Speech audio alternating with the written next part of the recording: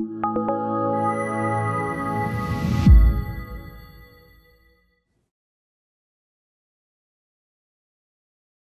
right, well, I have the privilege of introducing our keynote this morning, and we got to meet on the bus this morning. Leanne is a native New Yorker, and she's very proud of her state. If you need some tourist recommendations, she definitely has them and brings pictures. So, and they were beautiful, reminded me a lot of Arkansas. So, but she... So, Dr. Delyser has spent her career building K-12 computer science, building the K-12 computer science field. As executive director for CS for All, she oversees programs and strategic planning and supervises research to build support for high-quality computer science education at all levels. As a former high school and university computer science teacher, Leanne understands the challenges faced by teachers, administrators, pre-service teachers, pre-service teacher educators, in developing their competency in the field, accessing high-quality learning opportunities. Today, she will be presenting Creating Lifelong Learners in an Innovative World. Please welcome Leanne.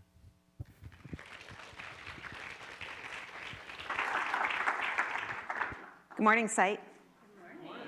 Let's have another round of applause for your amazing conference organizers who put this all together, made sure that I got here, and I had the amazing chance to be a part of some of the sessions yesterday and to look at the posters. You all are doing amazing work, and it's my honor to be up here and to talk to you and with you, because today's presentation will be slightly interactive, about this notion of an innovative world. Right? The idea that it's not an AI world, it's an innovative world. We're not done yet.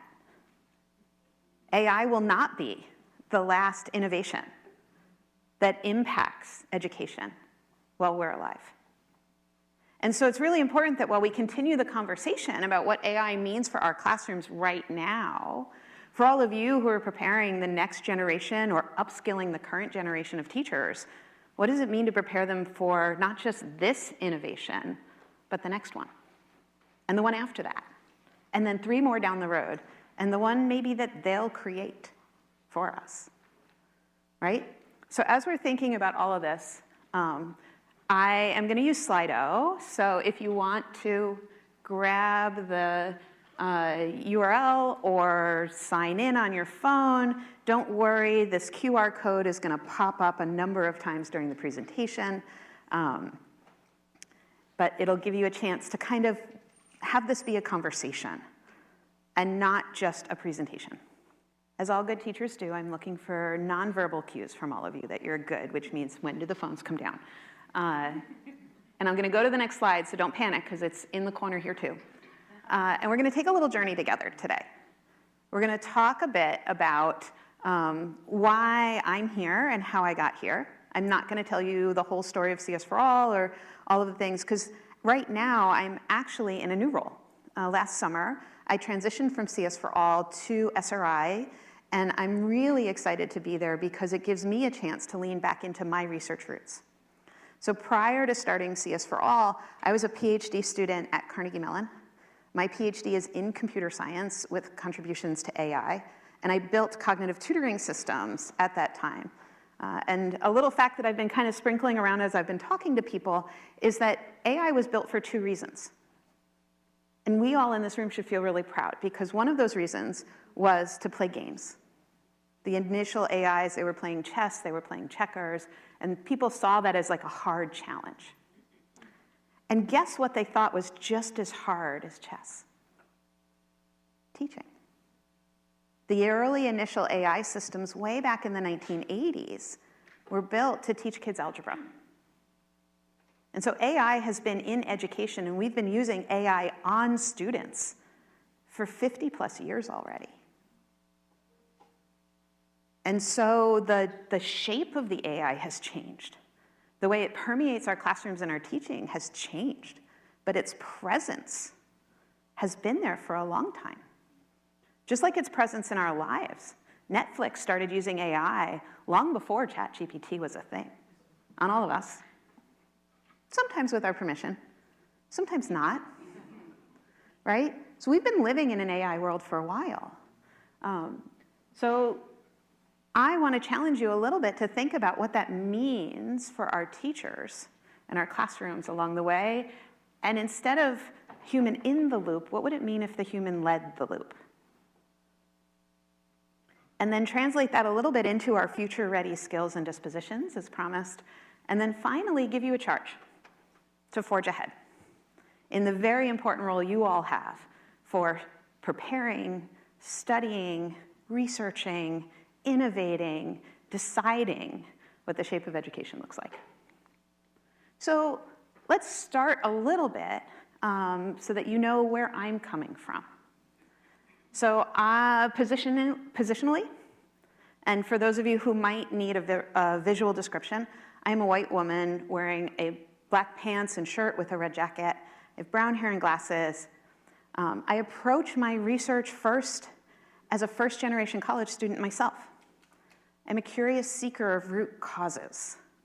And I have a desire to critique our systems whose hidden currents of power and policy implications more often than not prevent the inhabitants of those education systems from achieving our hopes and dreams of outcomes for them. I employ both qualitative and quantitative methods in my work, using data as an indicator light, not an answer, for where deeper study is needed. And I value voice and storytelling for exposing those hidden currents. I believe in networks and communities, partnership and people, and believe that interventions without more than a simple engagement of educators and education leaders will never achieve the outcomes that we hope for them. And finally, I've been a high school teacher. I was a high school teacher for a decade, a college educator, both in schools of computer science and in schools of education, and a computer scientist, an informal educator, a researcher, a mom, and I myself consider myself to be a lifelong learner. I'm not done learning things. And so with all of that positionality, I join you today to talk a little bit about this idea of fundamental skills. And in my life, I've taken some big bets around those fundamental skills. So early in my research career, transitioning out of being a high school teacher, and I am fortunate enough as a human to find the thing that my brain is the 10x thing for. Have you heard that expression, a 10xer? It's the one thing you do, and it could be tiny. It could be like, you are the best onion chopper in the world, right? There's one thing that your background, your preparation, your brain, like all of the things, like, and when you find it, you're like, this is my jam, right? This is my thing. For me, it's reading handwritten student Java code and grading that against the AP rubric. You laugh, but I was an AP reader for the College Board, and I remember my first year in the reading, and I went to my question leader, and I'm like, how did I do? And he's like, you read 2,500 exams. And I'm like, I hear somebody laughing who's been to a reading. And I'm like, is that bad? I swear I'll do better next time. Please invite me back. This was the best ever. And he's like, the average reader reads 300. And I'm 99% accurate in that. That's what my brain does. And apparently it has to be handwritten student Java code. Not as good with typed up code. And what I took from that is that there's a thing my brain does about pattern matching. I can match those patterns to a rubric. And for me, the rubric became this goal, right? Rubrics are for us a way to understand how people are progressing, how they're learning. And I turned that into a PhD, actually. So I built an intelligent tutoring system that broke apart student code in the same way that the readers would do, and gave students who are writing Java code, and if anybody has ever written text-based coding language, what's the first thing you have to do before your program works? Oh, if any of you type code and it works the first time you press run, God bless you all. You have to debug it, right? Like, it's gonna have syntax errors, and especially Java, it's gonna have awful syntax errors. Like, if you're missing a semicolon, it's gonna tell you 6 lines in another direction that it's wrong. And that distracts our learners because the feedback they're getting is not actually about what they're trying to learn. They're not trying to learn the formalism of where a semicolon goes. They're trying to learn algorithmic structures. And so my system gave them the algorithmic structures first, as if it were a human reading code in an AP reading where we really don't care all that much about the syntax. And I showed that feedback produced students who were less likely to repeat errors. They learned faster, and they were more likely to take that learning into future problems. And like, oh, feedback is my jam, right? That's the thing. And so really thinking about, well, if we're providing feedback to our learners, it's really important that we orient that feedback around the things we really want them to learn. And so I got really interested in standards. And y'all might be like, oh, standards. I came into teaching in the 90s when NCTM had just really started leaning into mathematics standards. And I learned that standards were meant to be generative. They were a flagpole in a field. And the idea wasn't to like narrowly carve a path to them, but really to explore the space around that flagpole, to not only get to the piece that was described in the standard, but all of the ways that it helped us generate interesting learning. And so in 2008, I published a report with the Association for Computing Machinery called Running on Empty, where we did analysis of 50 state standards, every subject under the sun. I was that wonk. And compared it to the Computer Science Teachers Association. And looked for states that had high alignment and visibility of computer science standards. And that report was really used by Code.org and their people to kick off this whole movement for state standards for computer science education under this notion, like, we have to know what we want them to learn in order to drive our systems change, to get principals to care about it. We had to communicate what was important. And then finally, more recently, really thinking about, okay, we know what we want them to learn, we have standards, we have these flagpoles, we've communicated its importance to our systems, and now we need spaces for that learning to happen. So in 2012, I had the privilege of helping to co-start Girls Who Code. I was their first curriculum director. That summer was so much fun. It was summer camp with computers and robots. And then I got involved in New York City's Computer Science for All initiative, which was a 10-year movement to bring computer science to New York City public schools. And if you've not worked with New York City public schools, I think one of my favorite stats about New York City is 1 of every 50 kids in the United States is enrolled in public school in New York City. 1 of every 300 Americans alive today, humans from birth to the end of their life, is enrolled in public school in New York City. That size and scale was really fun to consider, right? It's a concentration of different people, perspectives, classrooms, teachers, administrators, school sizes, geographies. And so we started to think about, what does the system need to do in an inherently unequal and measured to be unequal system in order to bring this new subject. And that helped us launch Computer Science for All. And Computer Science for All, the FOR was the national movement, still is the national movement to bring computer science to every school in the United States. And I was there, as I said, until last summer. And as a piece of that, and something I'm really going to talk to you guys about today, is a program we had called CS for Ed. And Anne Leftwich, who is not here, I don't think this morning, but is your keynote tomorrow morning, was my elbow partner in a lot of that work. So CS for Ed kind of took that same idea and said, well, we can't have this hamster wheel of PD, professional development, and somehow meet our goals of computer science education. And this is a lesson learned for AI as well. We can't just have a hamster wheel of professional learning for teachers who are already in school buildings and somehow generate a workforce, a teaching workforce, a professional teaching workforce that is able to do all the things that we hope and dream. So CS for Ed started with 2 reports, one that was New York City specific and a second that was nationwide called Priming the Computing Teacher Pump. And you can find all of this on csfored.org. And we went from a report with recommendations for schools of education for how to upskill faculty in preparation for mandated state standards or requirements at their local level. Then we did some data and policy mapping, and Anne was huge in getting this, and I even saw some of her grad students earlier. And there's a map where you can take a look at your state. The data is about 2 years old now, 2 to 3 years old, but I know that they're probably hoping to update that again soon.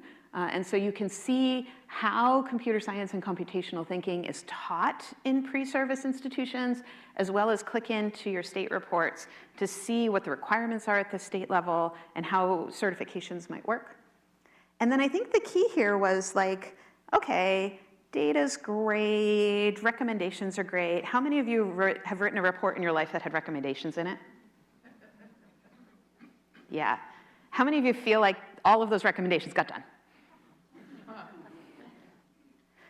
Right? We can speak things into existence, but they don't always like come to fruit. And so the last piece of this, which was critical, is we did funding. And we didn't do short-term grants. And I have to credit Ruth Farmer for this a lot. We did endowments, because the thing about an endowment is it's permanent. And so we helped endow 5 centers for computer science education within schools of education in the United States. So you see Dominguez Hills, and the $5 million endowment they got from the person who founded Snapchat was the biggest gift that that school had ever received. We had, UT El Paso, the University of Florida, which is the Teach Everyone Center, and the University of Georgia under the direction of Lauren Marjalou, right? So each of those 4 schools got a $5 million endowment, and they have since become a lighthouse, pulling in more work, more partners, and I even saw a paper that got published here in a collaboration between 2 of them, looking at funding and policy as a critical lever for bringing more teacher education. And they're not just focused on like introductory computer science, they're focused on data science, they're focused on AI, and the endowment allows them to continue to grow and flex in this changing world. It lets those centers and those universities have that kind of resilient, flexible skills that we're hoping that we build in all of our teachers. So thinking about this moment, how do we endow not just financially, but in terms of the practices to our new teachers, this idea of focus and flexibility in time. So all these skills are nothing without dispositions. And Hiddy and Reniger wrote this awesome paper that changed my life in grad school called the 4-phase model of interest development. How many of you have ever done a study where interest is one of the outcomes you measure? If you've done computer science, raise that hand high, because we do it all the time. We did they like it? And we treat interest as a binary. They were interested or they were not, and then we give the Likert scale of 1 to 5. Except interest isn't a switch. Interest can either be internal or external, right? Think about, you go to the doctor's office, you're bored, your phone is dead, so you can't play phone games. You open up the magazine on the table, and you read an article. In that moment, you might be interested in that article. That is situational interest. What is the likelihood that when you leave that office, that you're going to devote your life to whatever you read in that article? Small, right? Unless the magazine was tailored directly to you for some specific reason. That long-term life devotion is intrinsic interest, which is very different from that situational interest. And we, in New York City, surveyed 1,500 students participating in 8 different curricular initiatives for computer science education. So they were not all doing the same curriculum. They were not even all in the same grade band, grades 7 through 12. And we did a factor analysis to see what their interest looked like. We asked them if they talk about it with their friends. We asked them if they want to study it more. We asked them, like, are they engaged in class? We asked them how they felt about their teachers. Are their teachers engaging and have a high expectation of rigor?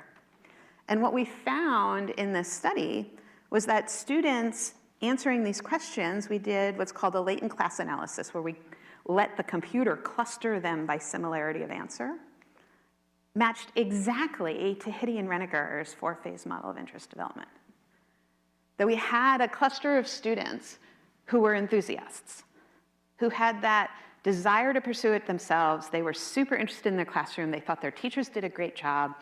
They talked about it after school. They went home and told their parents about it. They had conversations in the hallway. They pulled their friends in. We also had individual triggered interest. Yeah, the class is fine. I like it. My teacher does a good job. I find it. Once I walk out that door, though, unless it's homework, it's not on my mind. We had situational sustained interest. Yeah, I like it in the classroom. It's fine. I'm going to take another class. But, like, it really is dependent upon who's standing in front of me and what they're telling me. I'm not going to go seek out more depth myself. And then finally, our idlers who, like, yeah, it's fine in the classroom. It's not for me, though. Like, I'm going to show up. I'm not going to, like, doodle in my notebook while class is going on, but yeah, not really for me. And then finally, our disinterested, which is a really low percentage. And this is one example of, in my journey, how I've thought about more than just skills, and how classroom settings and teachers can really help foster those dispositions. And so that leads me to almost to the first question I'm going to ask you all. But first, like, how we teach matters just as much as what we teach. And it's really important as we think about how we're going to be the humans leading the loop in a moment.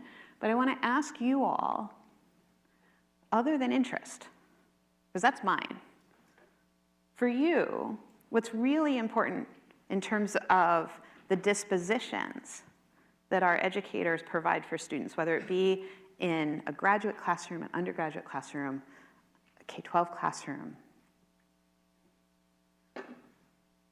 What dispositions are really important for you to drive education success?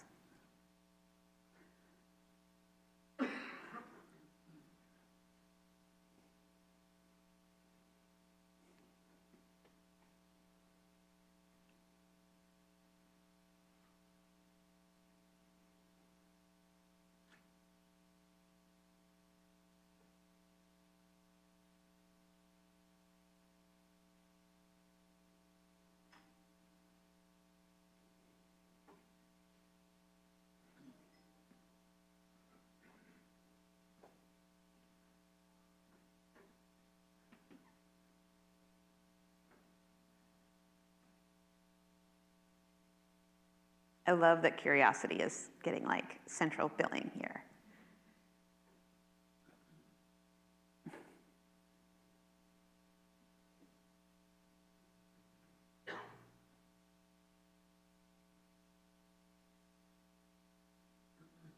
All right, so as you're thinking about all of this, right, what is it that we need to understand that unpacks these?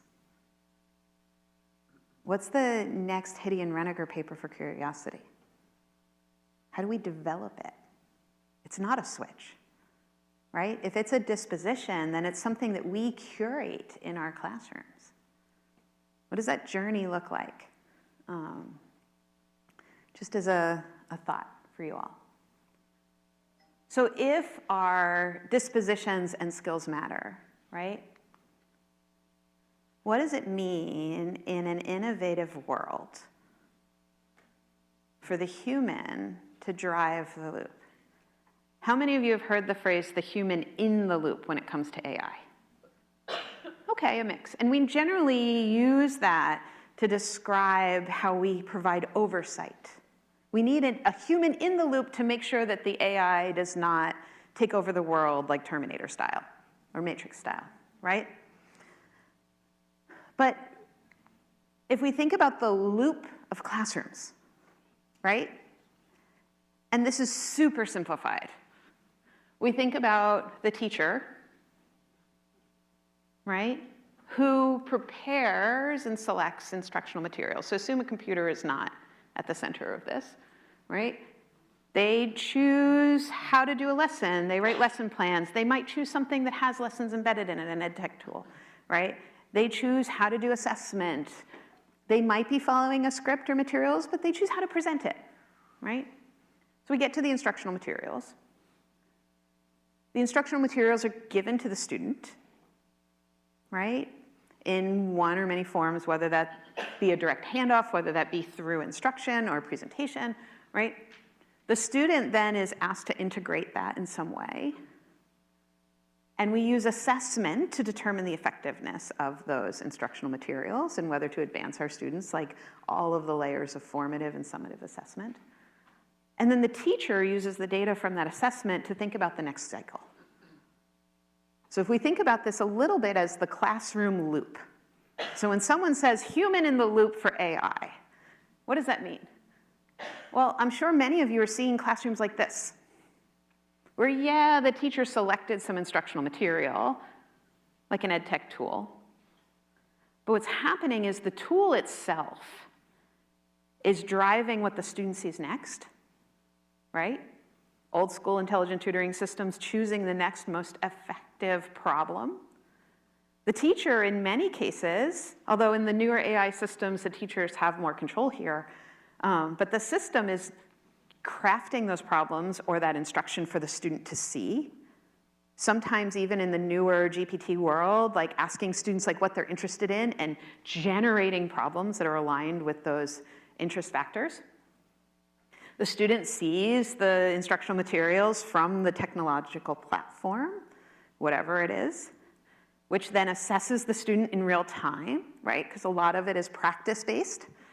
And then that kind of cuts out the teacher's control because the system will often decide what the next thing the student does is,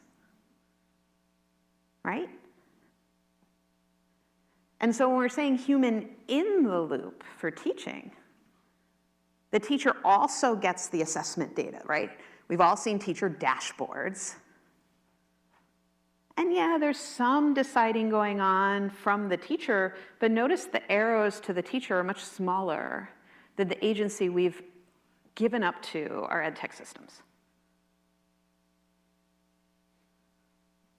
And so if we really think about what does it mean for the teacher to lead the loop, how do we offset and counterbalance the size of that arrow?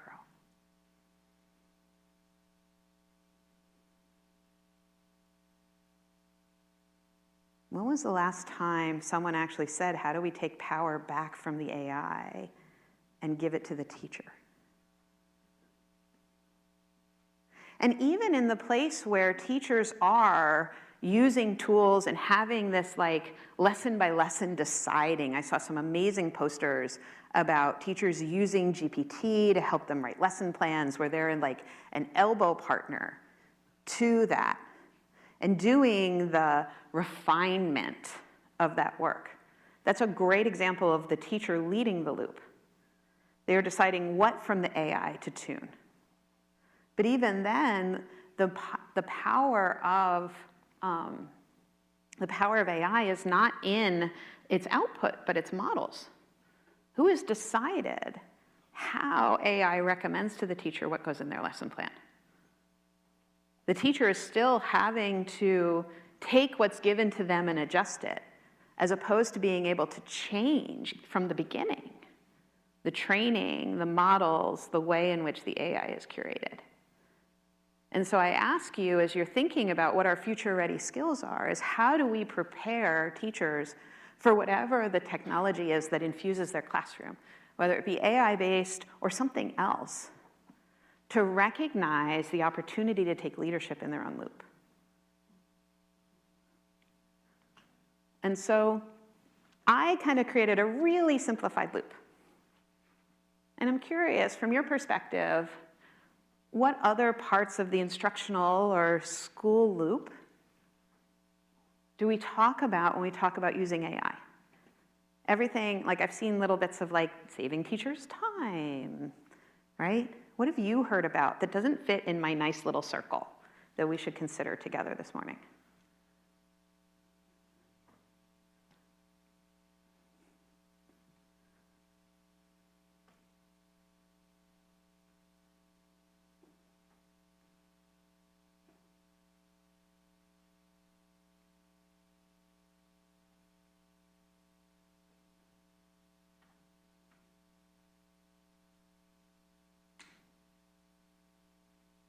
Ooh, talking to parents, that's one.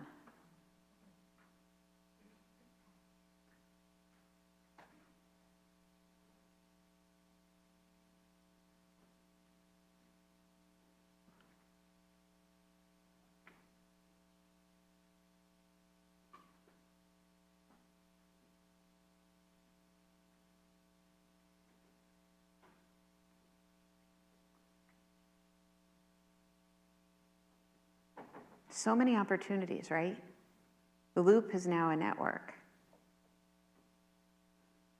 And again, at each of these points, there's been a seeding of human power and autonomy to machines. And in some cases, that is good. Like, I'm not an AI, like, oh my God, we should never use it. Like, I studied it myself.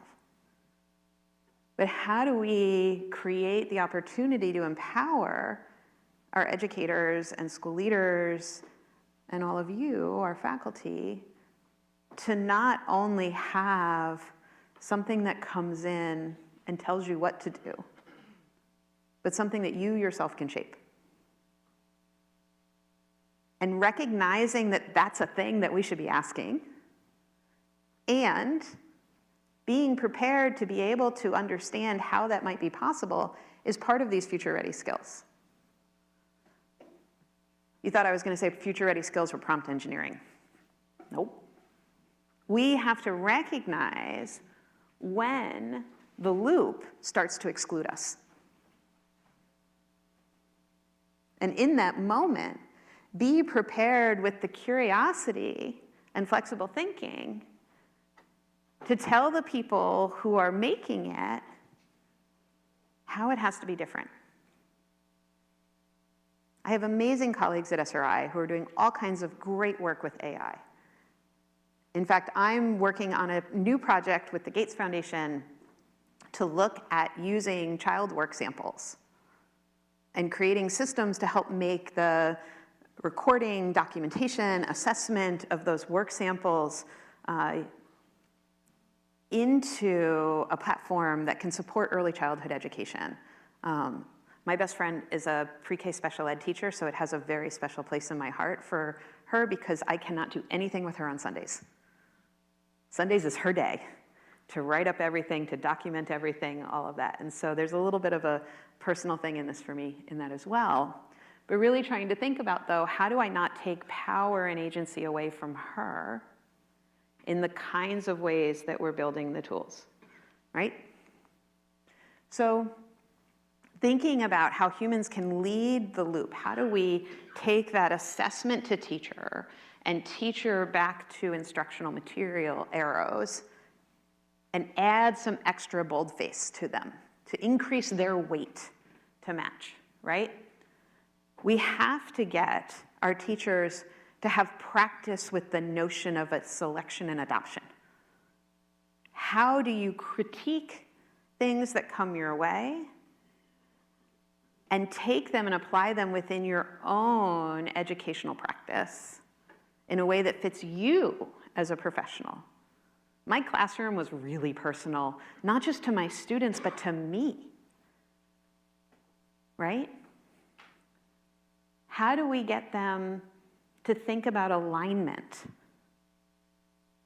In what ways are they aligning the tools to their instructional context, their professional need, their community context, their student context? And then finally, how do we get them to assess? Not just from a pure, like, did it promote student learning? But is it a good fit? Does it contribute to those dispositions that I really want to foster in my classroom? Is it the right fit for me? Because it might not be the same thing as the teacher next door. And so for me, these are our future-ready skills. How do we choose what to adopt? How do we stay grounded in a professional practice where we empower the humans to lead the loop? How do we prepare teachers to adapt, to align with not only the standards or the learning targets and the learning goals, but with the students, not from a personalized learning approach, but from a collective classroom approach? I was talking with Jason on the bus on the way over here about the need for students to learn together, for the importance of school to be about community, because nobody in this world does anything alone. We need to build those skills. COVID taught us all that they can't just learn in a silo and be fully functioning humans on the other side of it. I have an 11-year-old. She is not a fully functioning human on the other side of it. And then finally, how do we assess the tool for the things that it doesn't measure? It's going to measure the learning skills. It's going to measure, did they solve 100 problems? It's going to measure how long their eyeballs were on the screen. What are the things that we care about that it doesn't measure? And how do we know if the tools are meeting our needs, not their needs? I'm going to say that again. How do we know the tools are meeting our needs as educators, as classroom leaders, and not the tools need which got them VC funding and had somebody write a check to use it? Those are our future-ready skills that we need every teacher to bring to bear. We need humans to complement the capitalism of the ed tech market. We need teachers not just to be the empathy drivers, but the consideration of whether our tools actually align with what we hope in education. And so I ask you, these are my thoughts. Thank you for coming to my TED Talk this morning. But these are my thoughts, but I'm not the only one here. You all are in and out of classrooms, your own and the ones your teachers walk into. So I ask you, for you, what would it look like if educators were to lead the loop as opposed to just being in it? No easy questions at 9 o'clock in the morning.